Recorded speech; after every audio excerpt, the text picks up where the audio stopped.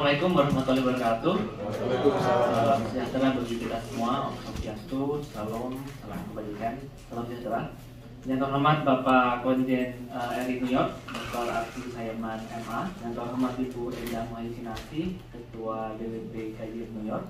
Yang terhormat perwakilan dari komunitas Indonesia yang ada di Philadelphia mendatang di Restoran Indonesia dalam acara pemutakhiran data WNI untuk pemilu 2024 sekaligus juga si pelayanan di KJRI New York, yaitu admin administrasi kependudukan yang nanti juga akan disampaikan oleh kami.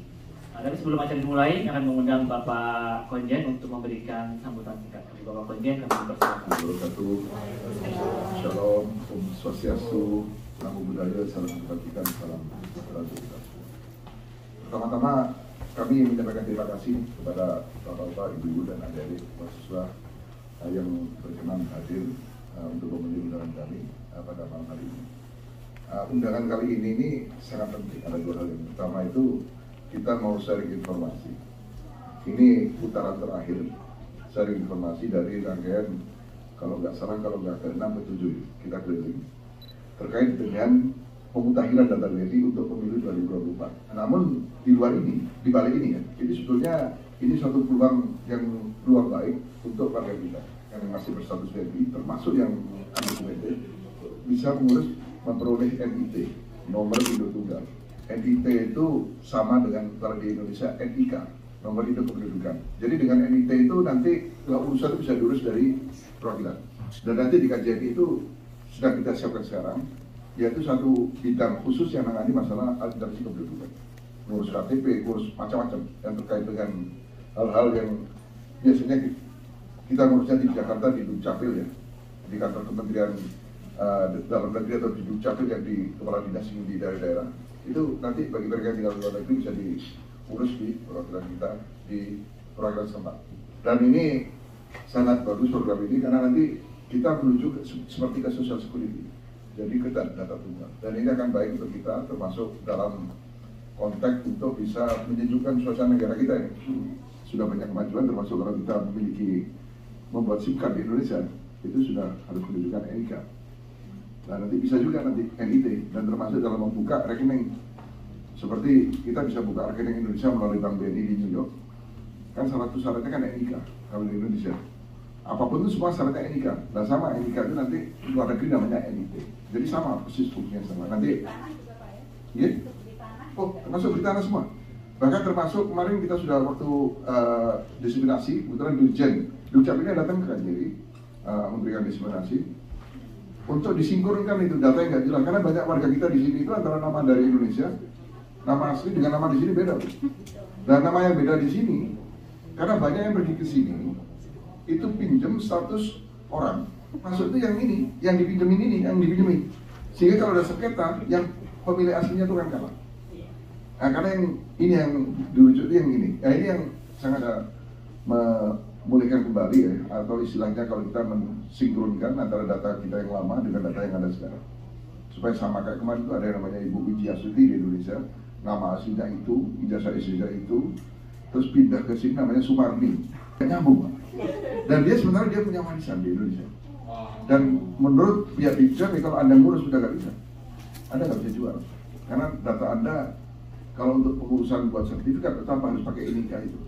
Nah ini kesempatan untuk pemutihan. Nah kalau istilah di Malaysia itu kalau ada WNI yang kerja di Malaysia itu sama negara setempat itu dikasih pemutihan supaya bisa bekerja lebih lama. Ini pemutihan supaya yang status kependudukan dari warga kita yang ada di luar negeri itu nanti benar-benar.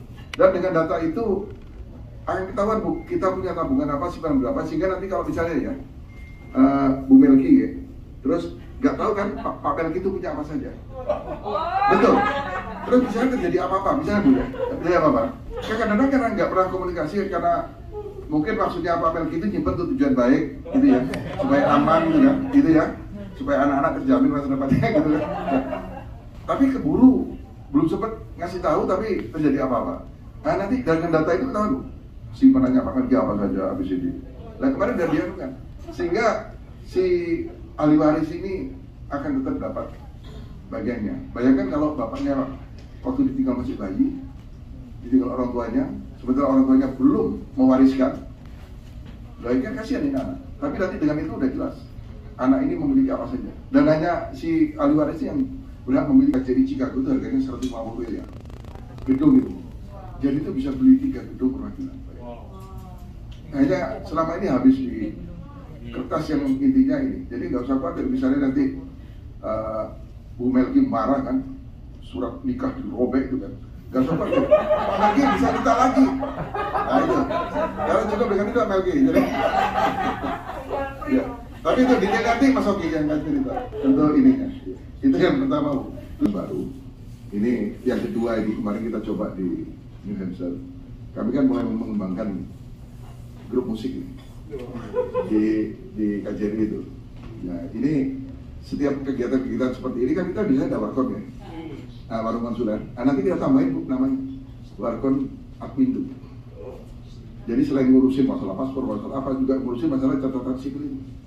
Nanti ke depan tahun nanti 2022 itu nanti namanya kita usulkan warkon admin. Jadi melayani bukan hanya paspor atau apa, tapi juga yang terkait dengan urusan catatan sipil nanti kita. Jadi kalau orang yang ngaku single padahal menikah juga bisa ketahuan ya Pak ya? Ketahuan Bu, kalau udah ketahuan. Kecuali nikah siri.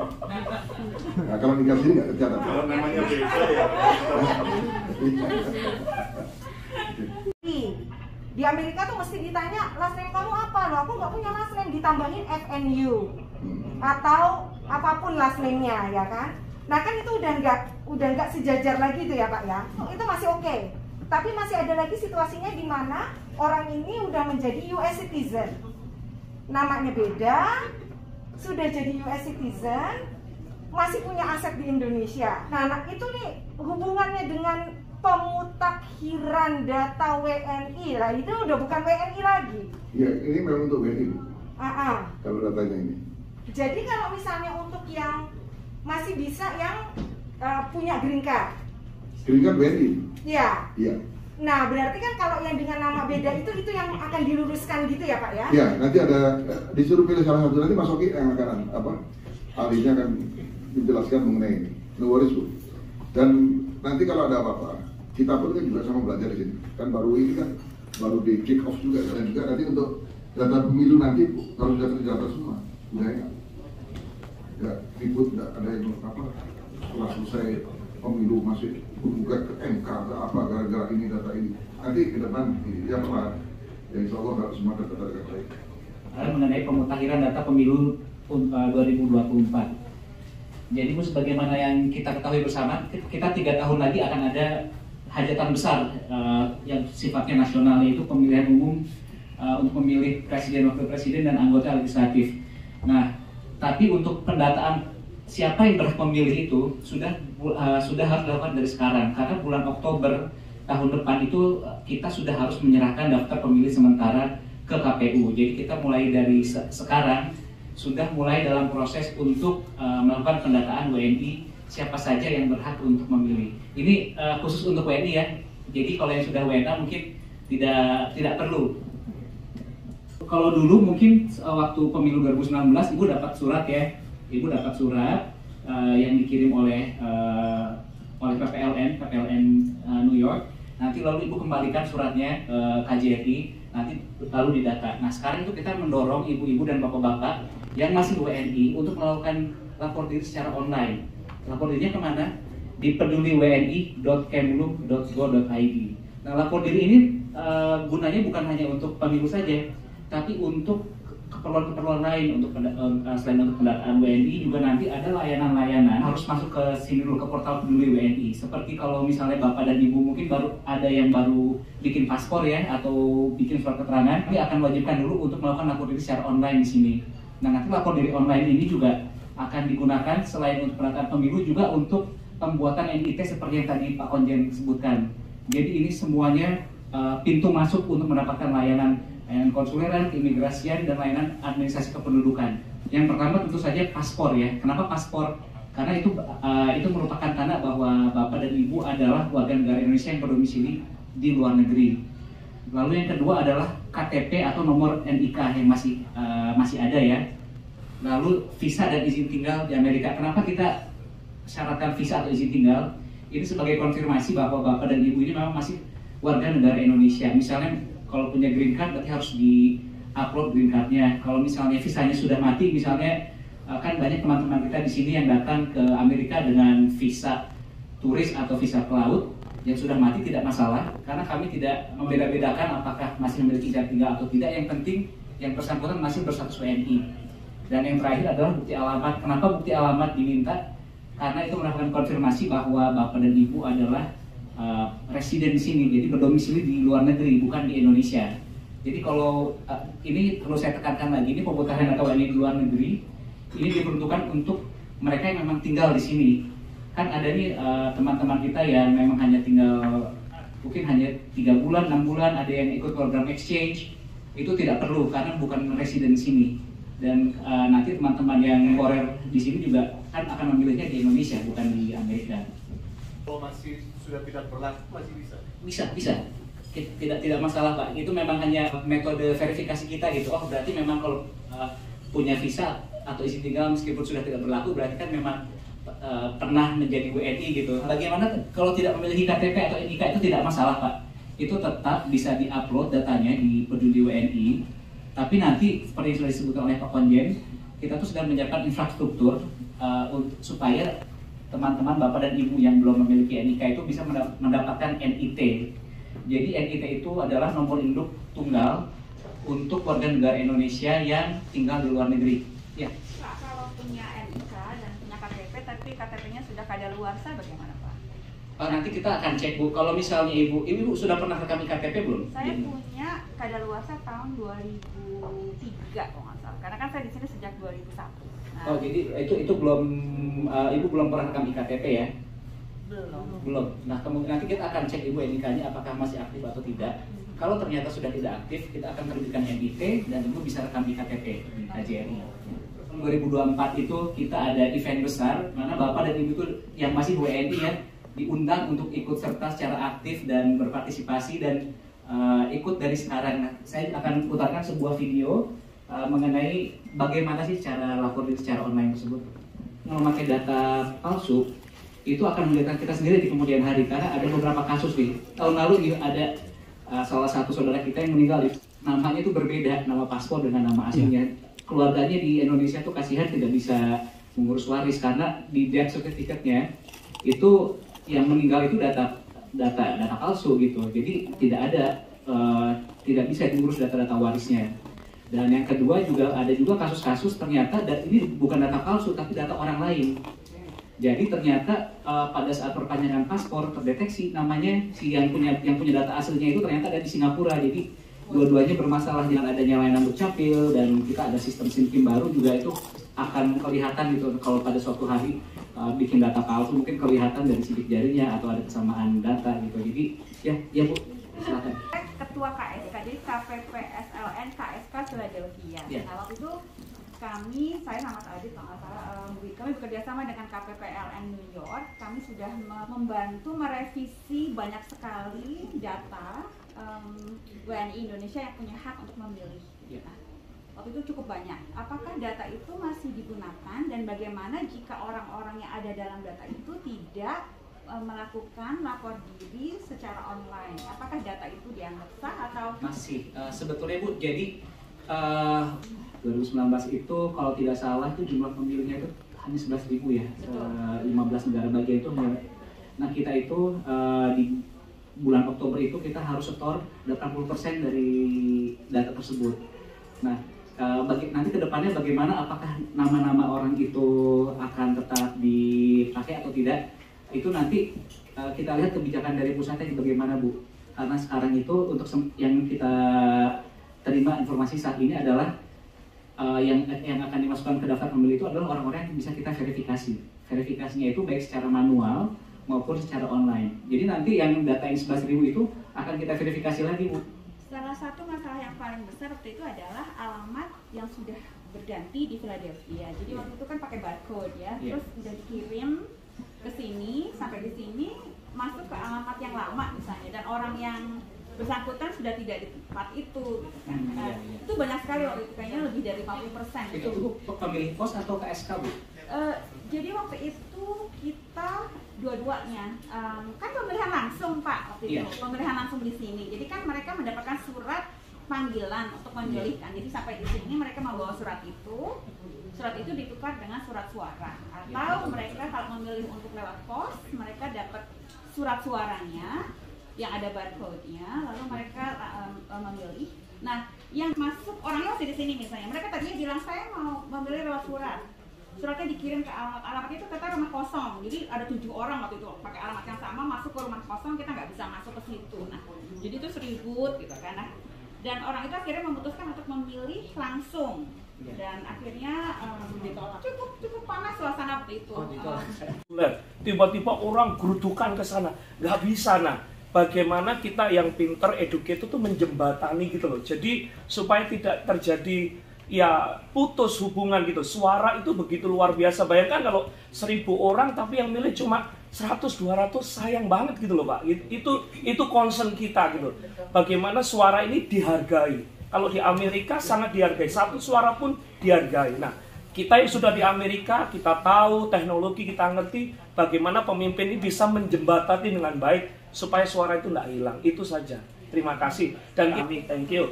Tapi solusi waktu itu akhirnya, saya masih ingat. Sistemnya mohon, sistemnya dicari solusi ini gimana gitu. Supaya usul saya sih simpel saja, karena dari pihak KJRI sudah memberitahu jauh-jauh hari ini bagaimana jika para tokoh komunitas ini yang mempunyai orang-orang yang bisa membantu komunitasnya, misalnya satu gereja atau satu masjid memberitahu umatnya, ini sekarang ada begini, ayo yang tidak bisa datanglah, kita masukin, kita bantu masukin pokoknya. Itu sih mungkin saran saya. Gampang ya. Buahnya kan tentunya nggak bilang gitu. Hati-hati, habis ini diajak goyang semua.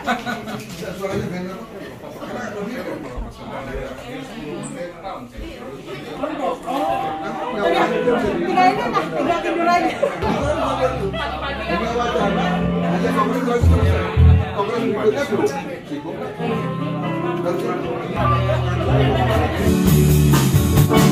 Feliz Navidad,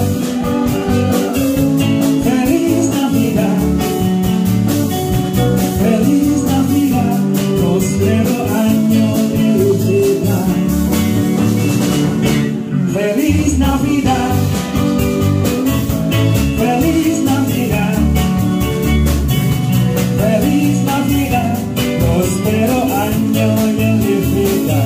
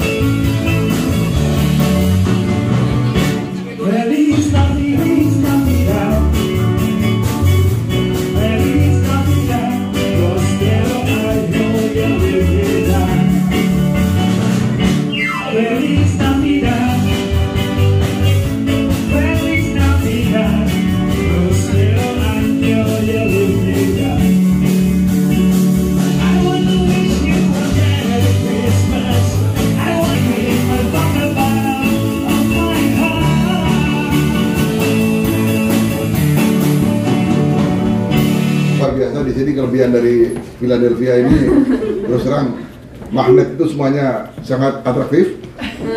Lebih Pak Sarip ini yang paling bisa memberikan semangat tersendiri Pak. Ini luar biasa ini, benar-benar rasa rindu kampung kita tentang suasana musik di negeri kita bisa terobati melalui tampilan, biarpun kami baru belajar, tapi kami mencoba untuk memberikan yang terbaik untuk Bapak-Bapak sekalian. Ini tradisi ini harus kita pertahankan. Jadi terus terang sudah ada, tidak ada sekat-sekat atau jarak antara perwakilan dan masyarakat, karena justru masyarakat itu yang ada di atas, kita yang di bawah, karena tugas kita melayani, gitu ya. Melayani berarti yang big boss itu ya masyarakat. Jadi ini budaya seperti ini bagian dari upaya pelayanan kita ini, tapi dalam bentuk untuk menghibur, supaya masyarakat tidak galau lagi, ya. Supaya menghadapi masa depan itu semua punya masalah. Tapi kalau dengan bersama ini kita bisa saling berbagi masalah, pulang ke rumah dengan hati lebih lapang. Dan bagi yang masih menjelang Natal ya, 2 hari yang lagi, bagi yang beragama Nasrani yang merayakan, yang mengucapkan selamat hari Natal, damai selalu ya. Semoga Natal kali ini berlangsung secara hikmat ya. Amin. Dan bagi yang merayakan Natal dan juga yang kebetulan yang tidak merayakan Natal, saya ucapkan selamat tahun baru 2022 dan kami atas nama JRI New York mohon maaf jika sekiranya selama dalam tahun yang sudah hampir berlalu ini terdapat banyak kekurangan di sana sini. Nah, tentunya kita harus sadar bahwa kita harus mengakui setiap kekurangan yang ada untuk supaya kita bisa memperbaiki diri. Supaya nanti tahun 2022 kita bisa tampil secara lebih baik lagi. Itu harapan kita. Mungkin dari istri ada mau sampaikan? KJRI New York paling keren deh.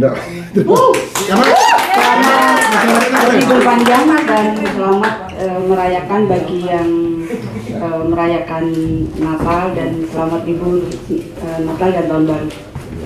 Terima kasih.